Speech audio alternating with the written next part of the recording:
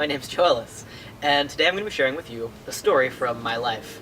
One day, I was riding my bike down the street in my hometown coming home from school, with my keys in my pocket and no helmet on my head, which honestly was probably pretty stupid in hindsight. So, having my keys in my pocket, I found, was a very uncomfortable experience, so I was digging them out of my pocket and trying to put them into one of the side pockets on my backpack. Um, Succeeding in this, I realized I was riding into the street. I hadn't been paying attention to where I was going. I was riding into the street and there were cars coming.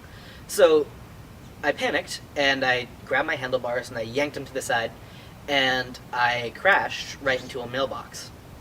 The mailbox, which was seated on a 4x4, was broken off at the ground.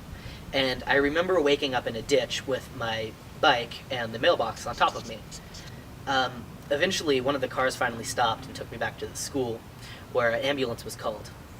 The ambulance then took me to a hospital, and I sat there and I waited for my parents and a doctor.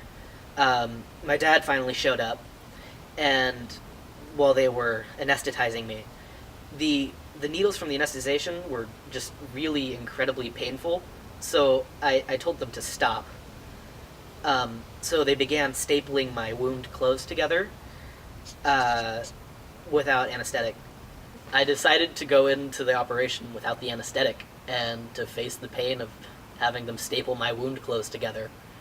But that was my choice, and it was the consequence of what I did that day.